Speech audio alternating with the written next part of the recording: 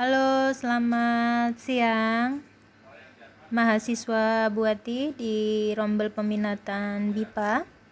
Semoga selalu semangat, sehat, dan tetap berkarya. Dan mudah-mudahan di tengah banyaknya situasi yang tidak kondusif seperti ini, kalian tetap belajar dengan baik, tetap berkarya ya. Baik, untuk mengawali untuk kuliah pada siang hari ini, marilah bersama-sama kita baca tasmiyah ya. Bismillahirrahmanirrahim. Selanjutnya untuk materi yang akan Buati sampaikan adalah terkait dengan pengembangan sumber belajar BIPA. Nah, ini menjadi rangkaian mata kuliah dari semester lalu, yaitu strategi pembelajaran BIPA, pemahaman lintas budaya maupun bahasa Indonesia sebagai bahasa asing. Pengembangan sumber belajar BIPA pada siang hari ini merupakan materi yang nanti Anda akan bisa melanjutkan untuk menyusun sumber belajar BIPA, di mana kalian akan bisa menggunakan materi tersebut ketika Anda akan mengajarkan bahasa Indonesia untuk orang asing. Kita mulai untuk yang pertama. Pengembangan materi ajar ini sangat berkaitan dengan pengelolaan pembelajaran BIPA yang nantinya semuanya akan menyesuaikan dengan tujuan pembelajar BIPA. Jadi ketika kita akan mengembangkan materi ajar BIPA, kita juga harus menyesuaikan bagaimana pengelolaan pembelajaran BIPA. Nah, apabila keduanya nanti saling berkaitan, ini tentunya harus memperhatikan apa sih yang sebetulnya menjadi tujuan dari pembelajar BIPA yang sedang belajar bahasa Indonesia.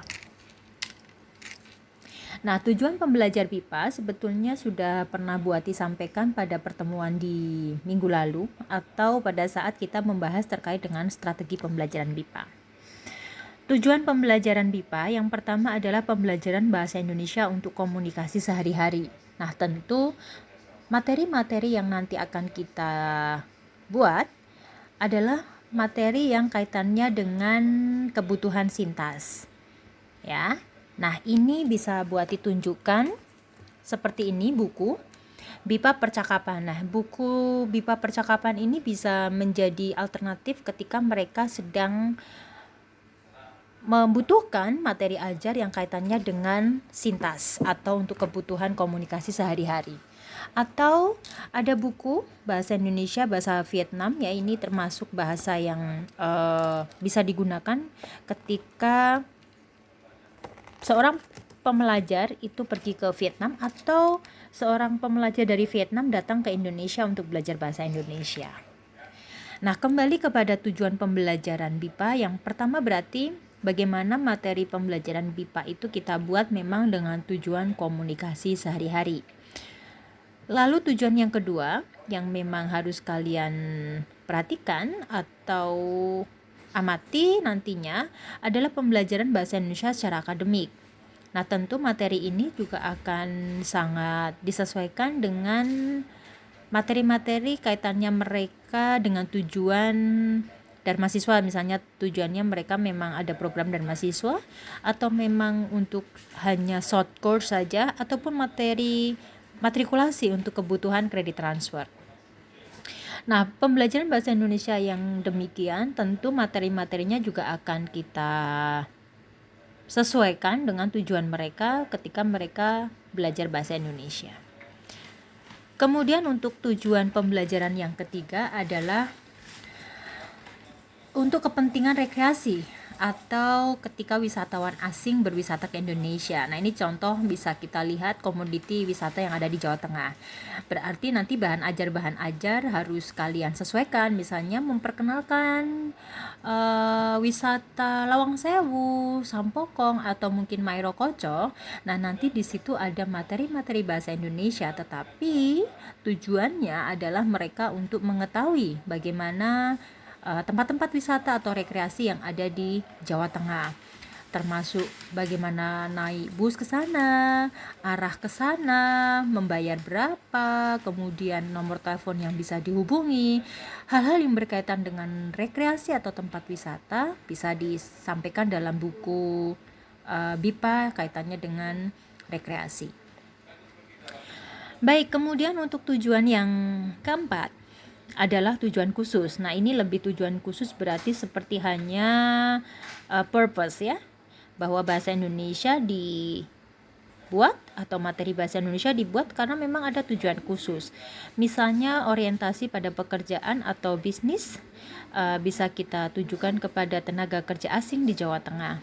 Maka materi-materinya tentu bukan materi hanya sebatas komunikasi sehari-hari, bukan untuk akademik ataupun untuk rekreasi, tetapi lebih kepada materi-materi yang kita fokuskan pada materi-materi pekerjaan.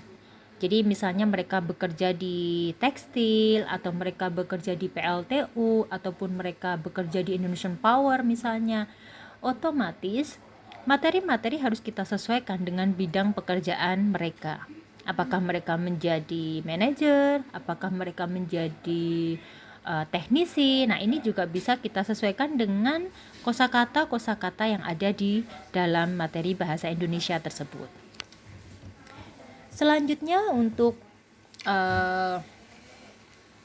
ketika kita menyusun sebuah materi ajar yang sudah kita sesuaikan dengan tujuan, nah kita juga harus tahu kriteria-kriteria ketika akan mengembangkan materi atau sumber belajar BIPA.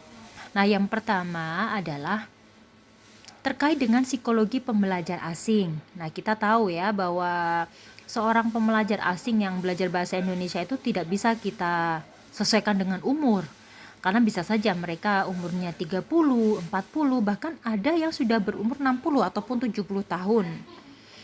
Mereka misalnya karena kepentingan pekerjaan, mereka harus tinggal di Indonesia, maka mereka harus mendapatkan materi bahasa Indonesia.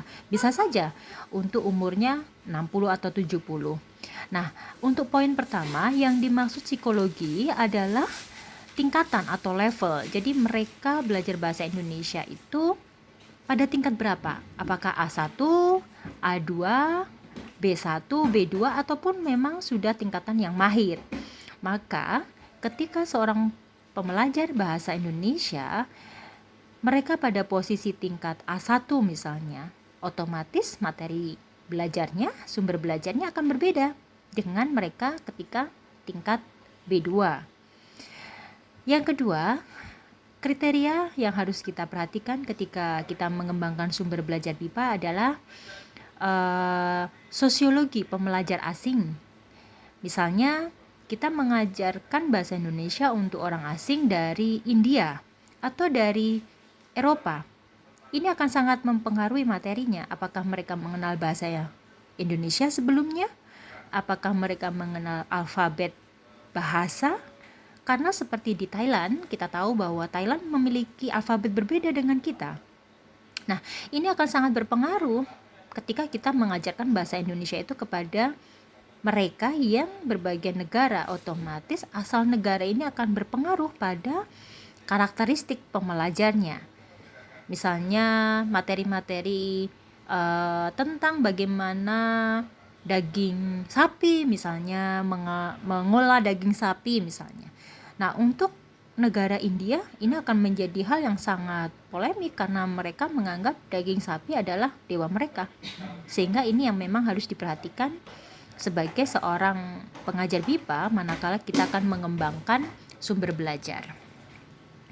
Kemudian yang ketiga adalah kompetensi dasar. Nah, kompetensi dasar ini juga menjadi pertimbangan ketika kita akan mengembangkan sumber belajar BIPA. Kompetensi dasar sebetulnya bisa kita lihat dalam standarisasi kurikulum BIPA. Bu Ati sudah pernah menyampaikannya untuk standarisasi dalam kurikulum BIPA. Kita harus memperhatikan indikatornya. Jadi ketika BIPA 1, seorang pembelajar hanya pada poin mengenal untuk komunikasi sehari-hari, bahasa sederhana. Nah, kita harus memperhatikan berarti untuk pengembangan sumber belajar BIPA yang A1, kompetensi dasar yang memang hanya fokus kajian-kajian sederhana, kita tidak boleh menggunakan aspek kebahasaan yang relatif sulit atau memang dengan imbuhan. Itu belum boleh diberikan untuk yang level A1, sehingga indikatornya pun akan menyesuaikan. Kemudian untuk kriteria pengembangan sumber belajar BIPA yang keempat adalah pola penyajian. Nah, pola penyajian ini lebih kepada bagaimana kita membuat sumber belajar BIPA, apakah dengan gambar, apakah dengan layout ya, ini ke layout, karena nanti akan menjadi tujuan pembelajarnya kita bisa cek. Jika percakapan, otomatis pola penyajiannya banyak dialog. Kemudian kalau untuk materi akademik, bisa saja untuk lebih ke aspek kebahasaan. Atau untuk yang diperlukan tempat rekreasi, ini otomatis akan banyak menyajikan gambar-gambar tempat wisata yang ada di Jawa Tengah misalnya. Nah, sehingga pada poin keempat, pola penyajian, kriteria pengembangan sumber belajar BIPA ini harus betul-betul disesuaikan dengan tujuan pembelajar BIPA. Baik, sampai di sini dulu ada yang mau ditanyakan? Nah, kalau tidak, mungkin dari beberapa yang sudah pernah Bu Ati berikan terkait dengan buku BIPA, baik itu A1 yang untuk perguruan tinggi maupun A1 untuk sekolah, bisa dibuka ya. Nah, sambil membuka buku dari yang pernah Bu Ati berikan via daring ya, terkait dengan buku BIPA A1 untuk sekolah maupun A1 untuk perguruan tinggi, ada beberapa formula materi pembelajaran BIPA. Coba, sudah dibuka semuanya? Ya, coba dicek apakah di situ ada penyajian dialog? Apakah ada penyajian kata-kata sulit dalam dialog? Apakah ada teks bacaan yang disesuaikan dengan tingkatan, karena tingkatan di pembelajaran BIPA berbeda? Maka yang Anda buka di situ A1 berarti teks bacaannya apakah sudah sesuai dengan A1? Apakah ada pertanyaan bacaan dan latihan? Apakah ada penugasan? Apakah materi-materi yang disampaikan meliputi materi kebahasaan, materi kesusastraan, dan materi kebudayaan? Nah, karena materi kebahasaan nanti meliputi ada tata bahasa atau 4 aspek keterampilan berbahasa. Untuk yang kesusastraan berarti ada materi-materi tentang sastra Indonesia. Apakah di situ misalnya ada puisi, ada cerpen atau cerita rakyat yang lain, atau drama misalnya. Kemudian ada materi kebudayaannya tidak untuk yang catatan budaya. Nah, kalau misalnya ada di dalam materi pembelajaran BIPA, umumnya atau idealnya harus memuat formulasi yang ada seperti yang sudah disampaikan Bu Ati, mulai dari penyajian dialog sampai ke materi. Nah, kalau itu ada semua, berarti proporsi formulasi untuk materi pembelajaran BIPA sudah memang sesuai. Ini bisa menjadi bahan kajian Anda ya, ketika nanti mulai mengembangkan materi ajar BIPA. Harus memuat itu, harus ada dialognya, harus menjelaskan kata sulit, harus ada teks bacaan yang sesuai tingkat ya. Kalau memang A1 berarti nanti memang tidak boleh dengan imbuhan-imbuhan yang sulit begitu. Ada pertanyaan, ada penugasan maupun materi-materinya. Nah, formulasi ini sebetulnya menjadi kunci ketika Anda akan mengembangkan materi pembelajaran BIPA. Ya.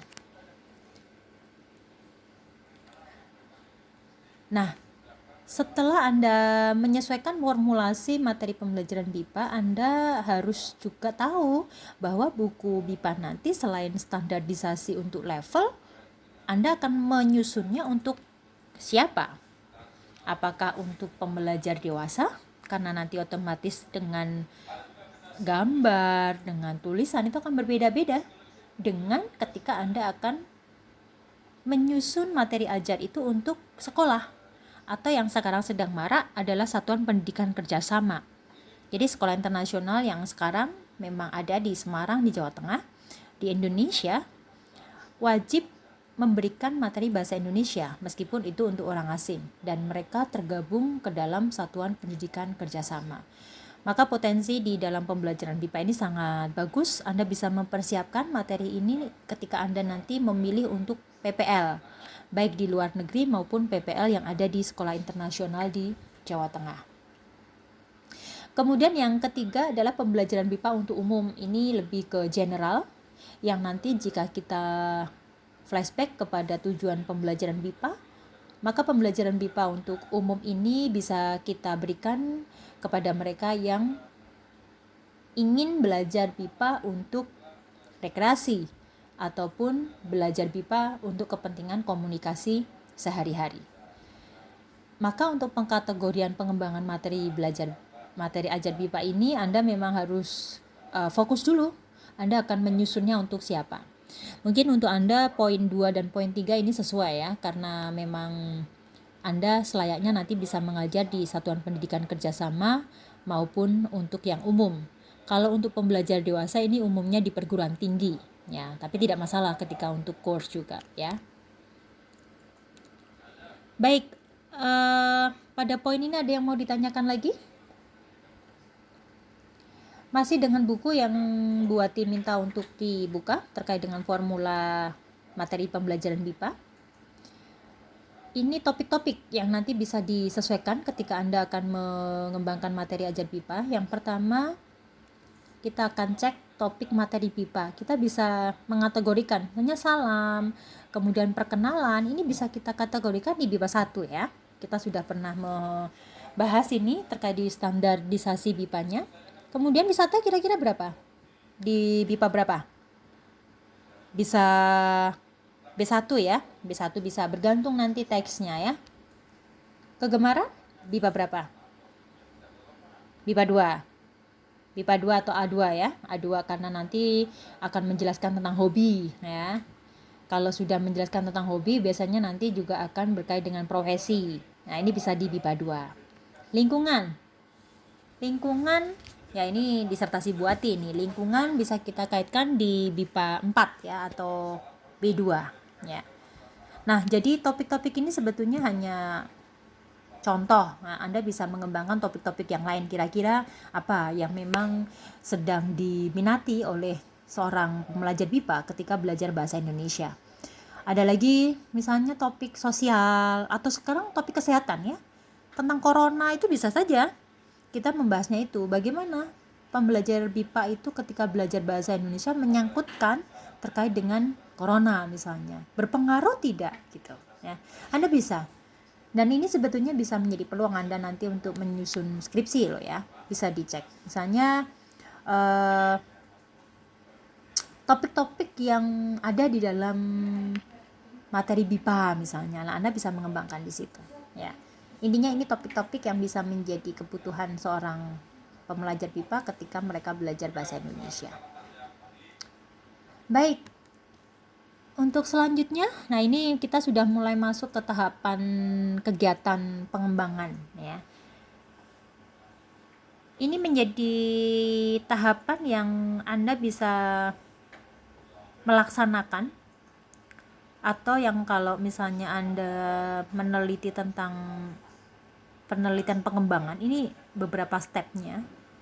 Yang pertama, menganalisis karakteristik.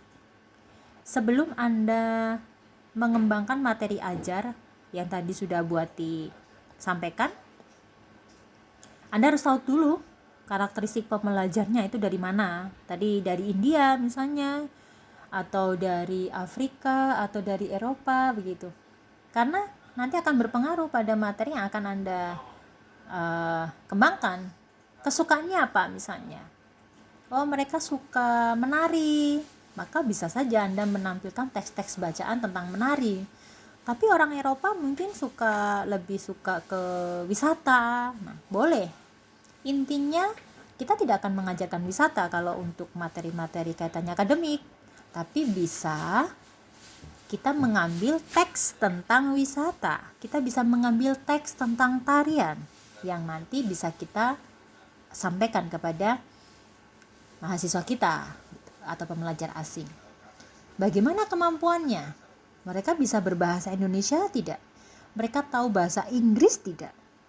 Karena seperti Thailand, Laos, Kamboja, ya, mereka tidak tahu bahasa Indonesia, bahasa alfabet. Tapi ternyata ketika misalnya pembelajar kita dari Afrika, ya, kita tahu bahwa Afrika itu ada persamaan kata-kata dari bahasa Belanda ya. Nah, ini juga akan memudahkan kita dalam mengajarkan MIPA, karena nanti ada kosakata tertentu pada saat kita memberikan ke pembelajar asing ternyata ada persamaan. Nah, maka menganalisis karakteristik pembelajar ini sangat penting untuk kita ketahui terlebih dahulu. Ya, ini mungkin Mbak Azil, terus Fitri atau beberapa yang sudah pernah Buati ajak mengajar tahu ya karakteristik. Atau kemarin ya, Buati sudah mendatangkan teman dari Ukraina dan mana itu, Maria itu dari Rusia ya. Anda tahu ya untuk karakteristik dari Rusia seperti apa, Ukraina seperti apa. Atau pernah punya teman dari Turki misalnya. Nah, ini karakteristiknya pasti berbeda-beda ya. Nah, ini bisa sharing nanti ya. Kemudian untuk yang kedua, mengembangkan tujuan khusus. Nah, ini juga harus tahapan kedua ya. Tahapan keduanya Anda harus tahu istilah operasional. Nah, ini Anda ingat Pak Bambang ya, bagaimana ketika indikator atau kompetensi dasar ya. Tidak boleh dengan kata memahami misalnya. Karena apa? Ya supaya kita tahu bagaimana pembelajar itu akan kita lihat apakah pembelajaran yang kita berikan itu berhasil atau tidak. Kemudian apakah nanti berbentuk tingkah laku, misalnya mereka mempraktikkan drama, mereka mempraktikkan dialog, percakapan. Nah, ini juga harus kita munculkan secara detail di dalam materi ajar yang akan kita berikan. Kemudian yang ketiga baru kita mengembangkan materi, tentunya sesuai program ya, sesuai dengan KD, harapan dari indikator yang akan kita dicapai oleh pembelajar. Terus yang keempat, ini menjadi poin yang juga sangat penting, kita mencari sumber-sumber yang relevan. Kalau misalnya ada pertanyaan ya dari Anda, Bu, boleh tidak mencari sumbernya itu dari internet, teksnya misalnya dari internet? Boleh tidak? Jawabannya boleh. Tetapi, nah ada kata tetapi, Anda harus mengubah sesuai dengan tingkatan pembelajar itu di level berapa. Jangan sampai hanya asal comot dari internet Anda berikan teks itu kepada pembelajar. Pasti akan bingung. A1 Anda suguhi dengan teks yang sangat rumit ya, sangat membingungkan. Saran Buati kalau untuk A1 lebih baik memang Anda menyusun sendiri. Bahkan pola-pola itu bisa Anda lihat di materi-materi sekolah dasar. Ya seperti itu kurang lebih. Tetapi Anda harus menyesuaikan dengan temanya, unit misalnya tentang perkenalan, tentang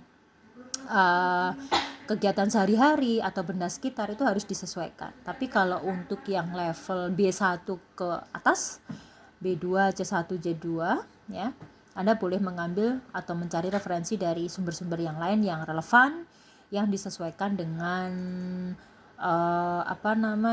tingkatan mereka ya. Baik, untuk selanjutnya, nah ini Buati ingin menampilkan ya terkait dengan buku pipa yang ada di pasaran. Kita cek satu-satu. Yang pertama ada Beginning Indonesia Through Self-Interaction. Nah, ini tahun 88. Lalu Formal Indonesian, ini lebih ke bahasa Indonesia secara formal, tahun 86. Ini buku-buku lama ini ya. Lalu Easy Indonesian ya. Ini tahun berapa ya? 90-an. Basic Indonesian tahun 2000-an ya. Ini antara beginning, formal, Easy Indonesian dan basic ini dalam bentuk bahasa Inggris Indonesia ya. Kemudian keren yang di bawah ini, yang saat ini tahun 2018 ya digunakan, terbit 2016. Keren, ini buku bahasa Indonesia yang digunakan di UNS ya, UPT Bahasa UNS. Kemudian Sahabatku Indonesia Sekolah ini digunakan di beberapa perguruan tinggi. Kemudian Sahabatku Indonesia untuk sekolah ini juga di perguruan tinggi, tapi tidak semua, tapi lebih ke SPK ya. SPK lebih menggunakan Sahabatku Indonesia. Nah, Anda nanti bisa mencari perbedaan. Apa sih yang membedakan antara Sahabatku Indonesia untuk perguruan tinggi dan Sahabatku Indonesia untuk sekolah dengan level yang sama, A1 ya. Kemudian yang terakhir adalah Jalan Bahasa, ini dari UI tentang tata bahasa ya. Jadi lebih kepada materi-materi tata bahasa dan kemungkinan tidak ada teks-teksnya, lebih ke pola-pola ya, pola tata bahasa atau grammar. Kurang lebih ada 8, meskipun memang masih banyak buku-buku BIPA yang beredar di pasaran, baik itu yang di ISBN kan, dijual, ataupun memang untuk fokus ke masing-masing universitas ya. Nah, sekarang ada beberapa analisis yang sudah buat dipetakan. Ini yang tadi ya, yang warna hitam ini ya. Ada sekian isinya. Kalimat dasar, latihan pola kalimat, ada pilihan ganda, ada pertanyaan bebas, kemudian ada bacaan, ada pertanyaan tentang bacaan, ada pertanyaan pilihan berganda tentang isi bacaan. Nah, ada komposisi menerjemahkan ini. Nah, menerjemahkan ini berarti memang bukunya masih bilingual ya. Kemudian tata bahasa, ada uraian dan contoh dan latihan tata bahasa. Nah, kita cek. Kembali kepada tadi formula, kira-kira materi sastra ada tidak? Atau materi budaya ada tidak? Nah, Anda bisa cek di sini ya. Ada sekian banyak materi yang ada di dalam buku, tapi ternyata belum ada yang budaya, belum ada yang sastra. Ya. Kita bisa bandingkan dengan yang formal Indonesian. Ini tahun 86 yang warnanya ungu ini ya. Nah, isinya apa saja? Ini lebih sedikit. Ada bacaan, ada latihan bacaan, menjawab secara lisan dengan buku tertutup. Lah, ini berarti mendengar ya. Mengungkapkan kembali isi kalimat, membuat pertanyaan dari bacaan, menerjemahkan ke dalam bahasa Indonesia. Lah, ini berarti sama. Karena memang bukunya masih dalam bentuk bahasa asing ya. Yang di bahasa Indonesia kan diterjemahkan bilingual, tetapi tetap ada materi tentang menerjemahkan. Lalu ada yang wawancara terstruktur ya. Ini pola-pola yang memang digunakan untuk melatih berbicara dan mendengar ya. Lalu penjelasan tata bahasa dan latihan tata bahasa. Ini hampir sama. Berarti materi budaya dan sastra belum ada. Mereka lebih fokus kepada grammar. Ya, meskipun judulnya formal Indonesian ya, berarti bahasa Indonesia secara formal, tapi ini memang fokus-fokusnya ya memang bahasa Indonesia secara formal, berarti belum ada materi-materi yang non formal. Misalnya budaya lebih membahas tentang sastra begitu ya. Maka untuk yang beginning dan formal Indonesian ini ada 2 poin-poin tadi. Nah, yang isi Indonesian dan basic Indonesian, nah ini bisa menjadi latihan untuk Anda. Baik, setelah mendengarkan paparan dari Bu Ati tadi, ada yang mau ditanyakan? Mungkin nanti kalau misalnya kita sudah memulai kembali tatap muka ya, Anda bisa Bu Ati beri untuk beberapa buku, khususnya buku keren Jalan Bahasa ya. Ini bisa Anda analisis. Basic Indonesian Bu Ati juga punya. Isi Indonesia Bu Ati belum punya, Anda bisa mungkin unduh di PDF drive ya. Tapi yang 1-2 sudah kita analisis bersama. Nah, sekarang latihan. Ada 2 contoh ya yang tadi sudah Bu Ati berikan. Sekarang tugasnya yang pertama adalah Anda menjawab pertanyaan, apakah komponen buku yang telah proporsional dari segi formulanya. Jadi Anda nanti buka yang tadi sudah Buati minta, ini buku BIPA A1 sekolah dan A1 perguruan tinggi ya. Dua buku ini Anda jawab apakah komponen bukunya itu sudah sesuai dengan formula. Formulanya tadi ya, formulanya berarti kurang lebih seperti ini. Yang kedua, bagaimana menurut pendapat Anda, apakah buku itu bisa digunakan secara umum atau berbeda tingkatan? Ya. Oh, oke. Setelah kalian mengamati dan membaca komponen isi buku di atas, ini ya, dua ini ya. Jawab pertanyaan. Oh, berarti yang pertama komponen buku itu ini, dua ini ya, dua ini. Lalu, apakah buku itu bisa digunakan secara umum? Tadi bilingual, bisa umum, atau memang hanya formal, berarti hanya akademik misalnya. Yang ketiga, bagaimana menurut pendapat Anda terkait dengan komponen isinya? Apakah sudah sesuai dengan proporsi yang kita berikan di sini? Apakah sudah sesuai dengan ini? Nah, Anda silakan jawab nanti ya. Kemudian pilihlah salah satu buku yang saat ini digunakan. Nah, ini ada Sahabatku Indonesia Perguruan Tinggi, Sahabatku Indonesia untuk anak sekolah, kemudian Keren dan Jalan Bahasa. Tapi yang dua ini jangan dulu karena memang Anda belum punya bukunya. Sementara Sahabatku Indonesia Perguruan Tinggi dan Sahabatku Indonesia Anak Sekolah, ya, dua ini karena memang Anda sudah pernah Buati berikan, ya. Tulislah formula isinya, lalu uraikan alasannya. Jadi Anda tugasnya seperti ini. Isinya apa? Ada apa saja? Ya. Apakah ada teks bacaan? Adakah pertanyaan? Pertanyaannya apakah uraian? Apakah pilihan ganda? Apakah ada tata bahasa? Atau ada materi sastra yang sesuai dengan formula buku yang baik? Ya.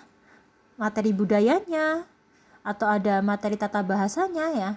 Maka Anda harus menguraikan itu.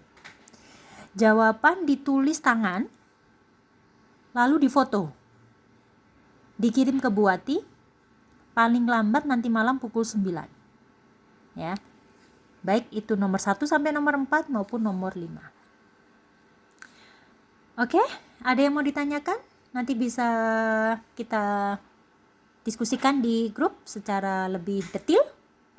Jangan lupa tugasnya ya terkait dengan paparan yang sudah Buati berikan. Intinya adalah kalian menjawab pertanyaan dari analisis dua buku ini. Lalu yang kelima, Anda harus menulis formula dari dua buku BIPA A1, Sahabatku Indonesia untuk sekolah dan perguruan tinggi. Baik, kita akan bertemu besok di mata kuliah praktik pengajaran BIPA. Mudah-mudahan kita semua dalam lindungan Allah, kita diberikan kesehatan, dan meskipun jarak jauh, meskipun kita tidak bertatap muka, doa Buati selalu senantiasa untuk kalian, anak-anak Buati, di rombel peminatan mata kuliah BIPA. Itu saya pikirkan Buati akhiri untuk